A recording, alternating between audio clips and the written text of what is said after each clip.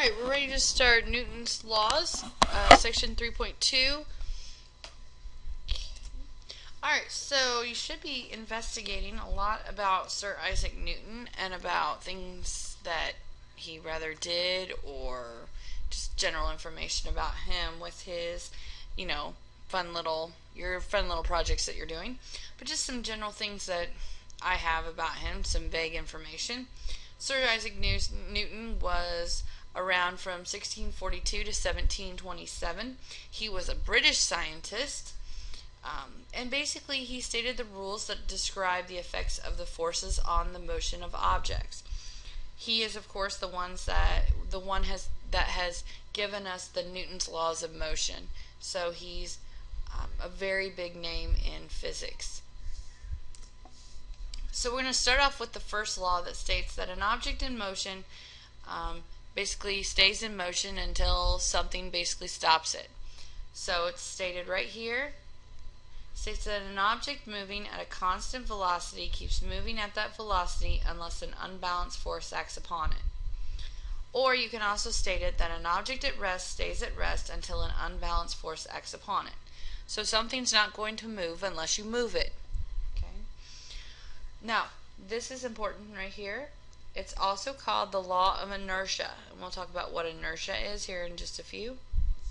But so just the general idea, first of all, an object in motion will stay in motion until an unbalanced force acts upon it, or an object will stay at rest until an unbalanced force acts upon it. That's the first law, or sometimes called the law of inertia. Inertia.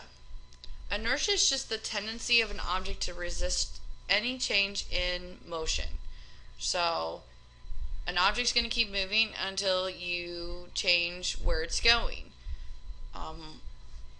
So you can kind of already see by just the definition why they call the first law the law of inertia.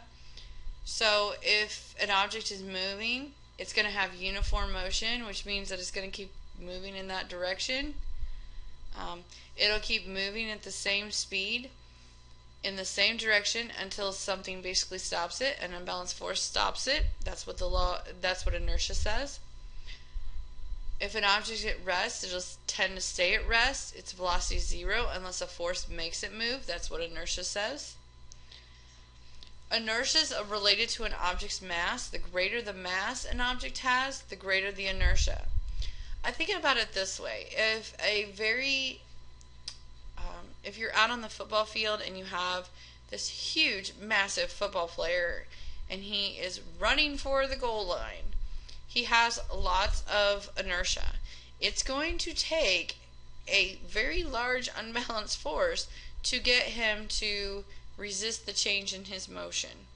So you can think about it that way. Like, an object is going to keep going until you get it to no longer go in that direction.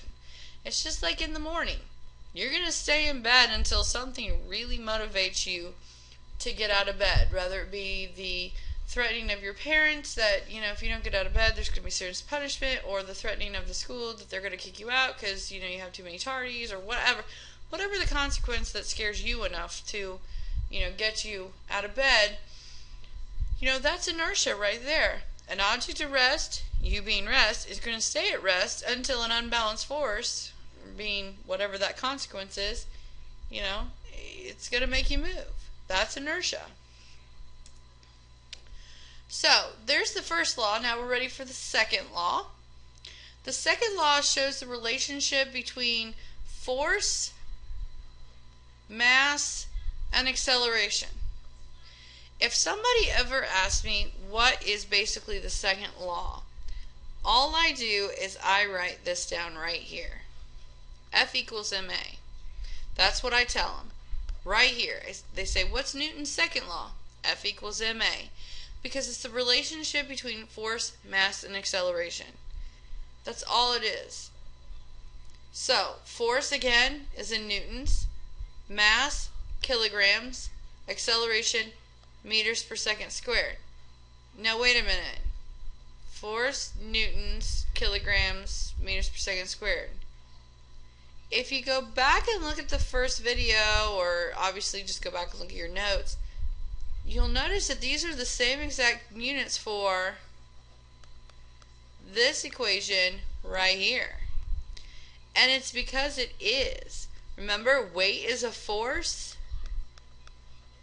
Gravity is technically an acceleration, how fast you're moving towards the earth. So look, same equation. You already know how to use Newton's second law. It's just we're changing up the letters a little bit. Okay, so let's try it out.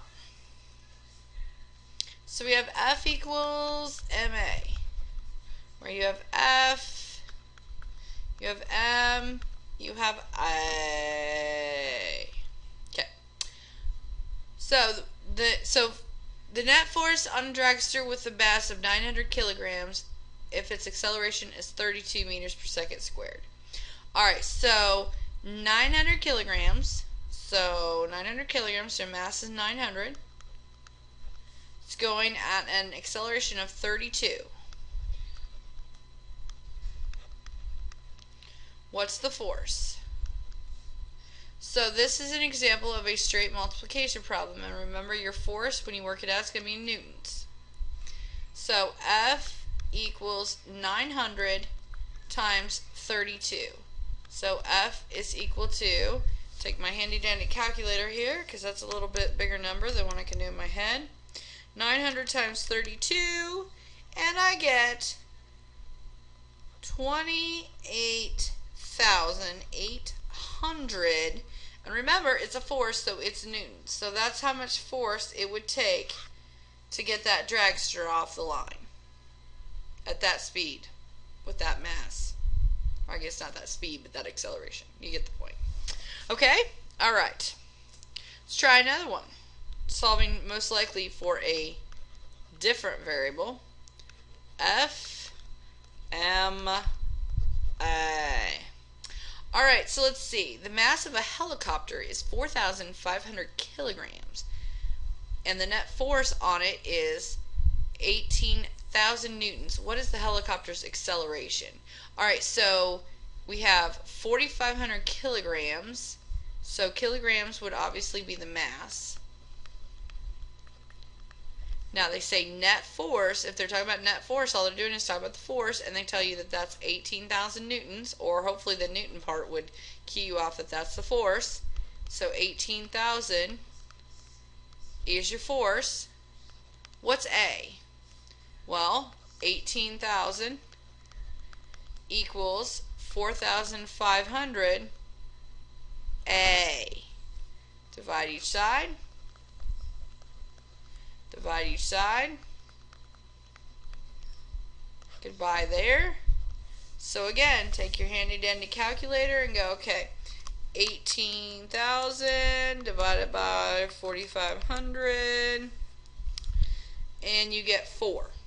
Well, that worked out really nice. I like it when you calculate and they work out to perfect numbers. So let's see, and it's acceleration, so it's meters per second squared. So again, this is why we learned how to do acceleration somewhat. So you learned how to, well, at least you learned how to label it, right? Okay. Alright, probably one more where you have to solve for, nope, no more. Alright, Newton's third law. Newton's third law, this one, if you guys probably don't know this, I'll be a little surprised. Now the way it's worded here is a little different, but most commonly you guys hear it as, for every action, there is an equal and opposite reaction. Now, the way it's stated here is kind of the more technical way. States that when one object exerts a force on a second object, the second object exerts a force on the first that is equal in strength and opposite in direction. Sometimes called the action-reaction forces. Okay, so that's the third law. Okay, so some visualization of this one. How can you think of this? Because there are some things that you have to make sure that you get out of your mind. I want to make sure. I'm going to scroll down. Okay, yeah. Here's some things you have to get out of your mind. First of all, the action force does not cause the reaction force. They occur at the same time. Okay, so here's my thought process with this. I get upset with my friend. She gets upset with me. And we do the, of course, very mature thing. And I'm being sarcastic here, of course. And we go over and, I slap her and she slaps me back. Action, reaction, right? Because I slap her, she slaps me back. No, that's not what Newton's talking about. Newton's talking about that they happen at the same time. It would be like we both walked up to each other and slapped each other at the same time. Action, reaction.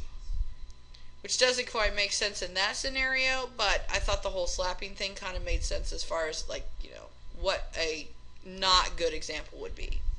A good example would be like if what I put here, where you're on a trampoline, and so you're on the trampoline and you jump down on the trampoline, and then when you are down on the trampoline, and you know how the trampoline kind of goes down, and then as soon as you go down, at that same exact time, it's got that spring action that pushes you back up, okay?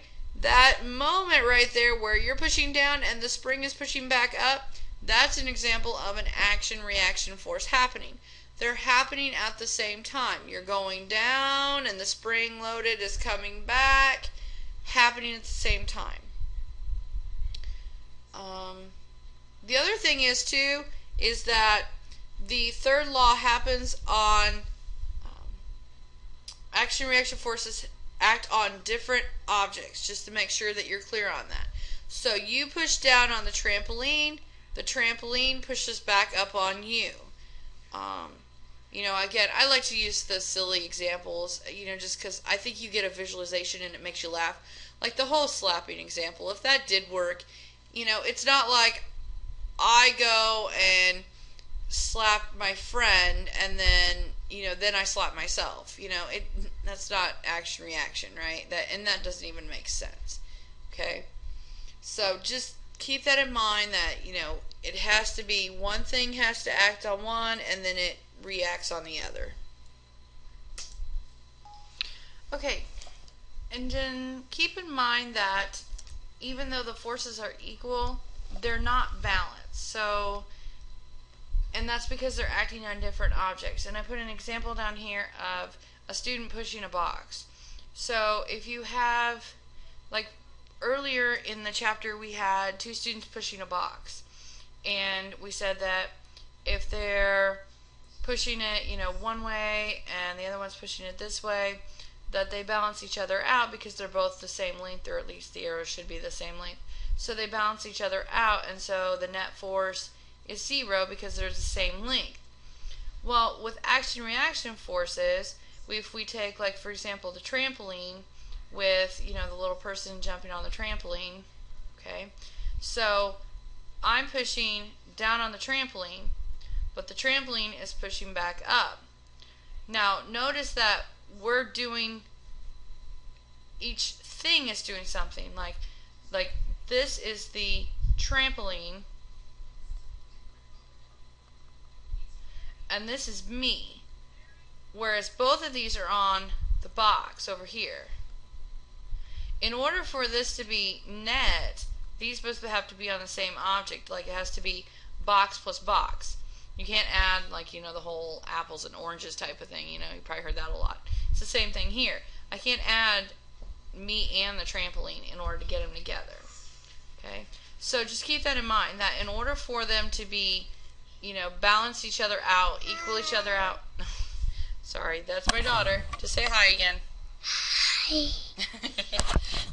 In order for them to be balanced out, they have to be on the same object. Alright, and I think that's it for Newton's laws.